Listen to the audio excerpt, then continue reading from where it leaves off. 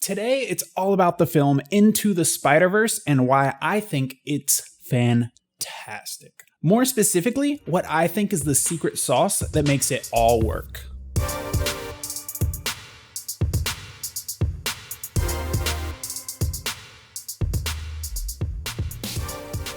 Into the Spider-Verse leapt onto the scene in 2018, infiltrating our hearts and minds, becoming a worldwide phenomenon. To this day, I still haven't really heard any major criticisms of the movie. Word swept through social media as rave reviews tumbled in, and the film found itself atop a pile of cash with a jaw-dropping 97% on Rotten Tomatoes. But here's the thing, a lot of movies are competently made, and even well received by reviewers, but they don't all make the splash that this film did. So, why did this film start a wildfire of adoration across the country? That's what I want to talk about. But hold up, before I get started, you should definitely hit the like button on this video and subscribe to the channel because it helps me out a ton. Okay, back to the video. There are some obvious answers. You could say that it was just the unique animation methods employed by the studio to bring the story to life. It was a much talked about subject upon release, with countless behind the scenes videos of the process in action. The movie was a stunning visual achievement and certainly contributed to the film's success. It was one of the first movies to really translate the comic book visual style to the screen flawlessly, and that added a lot to the product. Another answer might be that the writers of this movie simply knocked it out of the park, which they did. Into the Spider-Verse was a fresh take on Spider-Man that none of us had experienced in the theaters before. Introducing Miles Morales to the big screen was a hit for many reasons. The cultural impact could be felt in a way similar to the reception of Marvel's Black Panther film. The story of Miles learning to overcome himself in order to become the hero that he needs to be is one that we can all relate to. Sure, his cultural background was fresh to the Spider-Man franchise, but you didn't have to look like Miles or live like Miles to relate to Miles. The core of his tale resonated with virtually everyone. It had everything going for it. But here's the thing, while the animation was superb, it wasn't the thing that made this film a cultural phenomenon. While the writing was spot on, it wasn't what made this film a cultural phenomenon. And it wasn't just both of them put together. There are plenty of movies that are so competently made that never reach audiences the way that this one did. You could chalk it up to the IP being attached to Marvel, and Spider-Man being an already universally loved character, but I can't bring myself to say that that was the case either. What really made this movie stick was heart. And heart is something that everyone can feel. It's not just for critics. You can sense it in a song, novel, or movie. Any work of art. We, as consumers, can tell when something is real. It makes a certain connection with us inside that we can't always explain. Take the latest Star Wars trilogy, for example.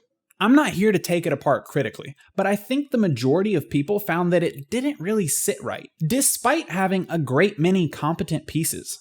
George Lucas, despite his flaws, owns Star Wars. And regardless of whether you agreed with the choices he made, he always put his whole heart into what he created. The latest Disney trilogy, on the other hand, became a Frankenstein's monster of ill-fitted parts, and lacked any sense of direction, message, or heart.